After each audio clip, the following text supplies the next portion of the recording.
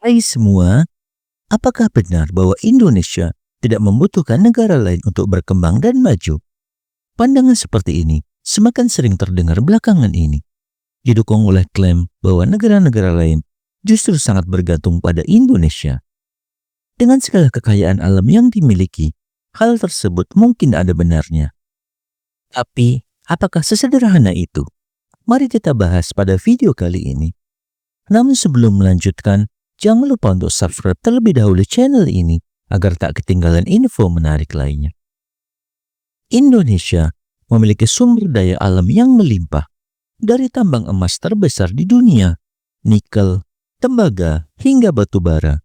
Semuanya tersedia di negeri ini. Tidak hanya itu, Indonesia juga merupakan penghasil kelapa sawit terbesar di dunia, diikuti oleh Malaysia. Dengan kekayaan alam yang begitu besar, sangat wajar jika negara-negara lain bergantung pada pasokan sumber daya alam dari Indonesia. Namun, persoalannya adalah bagaimana kekayaan ini dikelola.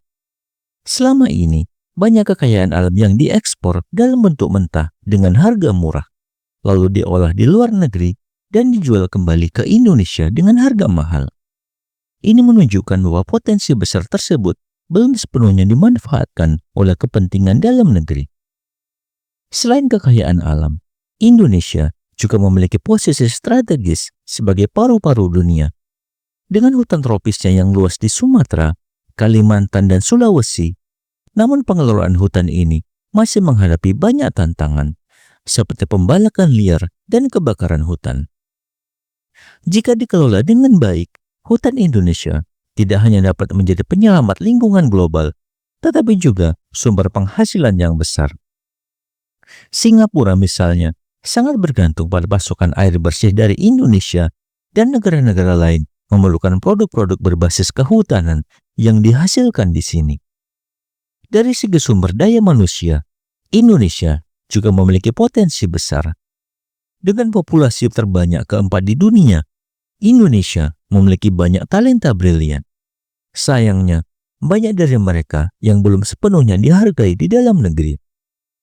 Contohnya, almarhum B.J. Habibie yang dikenal sebagai salah satu insinyur penerbangan terbaik di dunia, tetapi lebih diakui di luar negeri daripada di tanah air.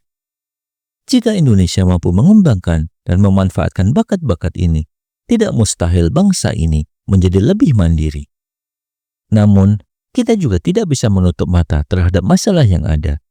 Krisis keuangan, korupsi, dan kemiskinan masih menjadi tantangan besar yang harus diatasi. Kekayaan alam yang melimpah memang menjadi modal besar, tetapi tanpa manajemen yang baik, hal ini hanya akan menjadi potensi yang tidak terrealisasi. Banyak negara yang ingin memanfaatkan sumber daya Indonesia, sehingga jika tidak waspada, Indonesia bisa kehilangan kendali atas kekayaan alamnya sendiri. Meski demikian, ada tanda-tanda perubahan. Di bawah kepemimpinan Presiden baru Indonesia, Prabowo Subianto misalnya, pemerintah mulai mengambil langkah-langkah untuk mengelola sumber daya secara lebih mandiri. Salah satu contohnya adalah pengambil alihan saham mayoritas Freeport Indonesia yang sebelumnya lebih banyak dikuasai oleh pihak asing. Langkah ini menunjukkan bahwa Indonesia mulai mengambil kendali atas kekayaannya sendiri. Indonesia memiliki segala yang dibutuhkan untuk menjadi negara maju: kekayaan alam, sumber daya manusia, dan posisi strategis. Namun, apakah itu berarti Indonesia benar-benar tidak memerlukan negara lain? Tidak sesederhana itu. Dunia saat ini saling terhubung, dan kerjasama internasional tetap menjadi kunci untuk kemajuan. Namun, dengan memanfaatkan kekayaan alam dan potensinya secara maksimal, Indonesia dapat mengurangi ketergantungan pada negara lain dan bahkan menjadi pemain utama dalam percaturan global. Pada akhirnya, perjalanan menuju kemandirian tidaklah mudah. Tetapi jika Indonesia mampu mengelola potensi yang dimilikinya, bukan tidak mungkin dunia suatu hari nanti akan bergantung lebih besar pada Indonesia daripada sebaliknya. Mari kita sebagai warga negara berkontribusi untuk menjaga dan mengembangkan kekayaan alam yang telah Tuhan berikan kepada negeri ini. Dengan begitu, kita bukan hanya menjadi negara yang mandiri, tetapi juga menjadi panutan bagi negara-negara lain. Bagaimana menurut pendapat Anda? Silakan tuliskan di kolom komentar dan jangan lupa untuk like dan share video ini jika bermanfaat. Sampai jumpa di video menarik selanjutnya.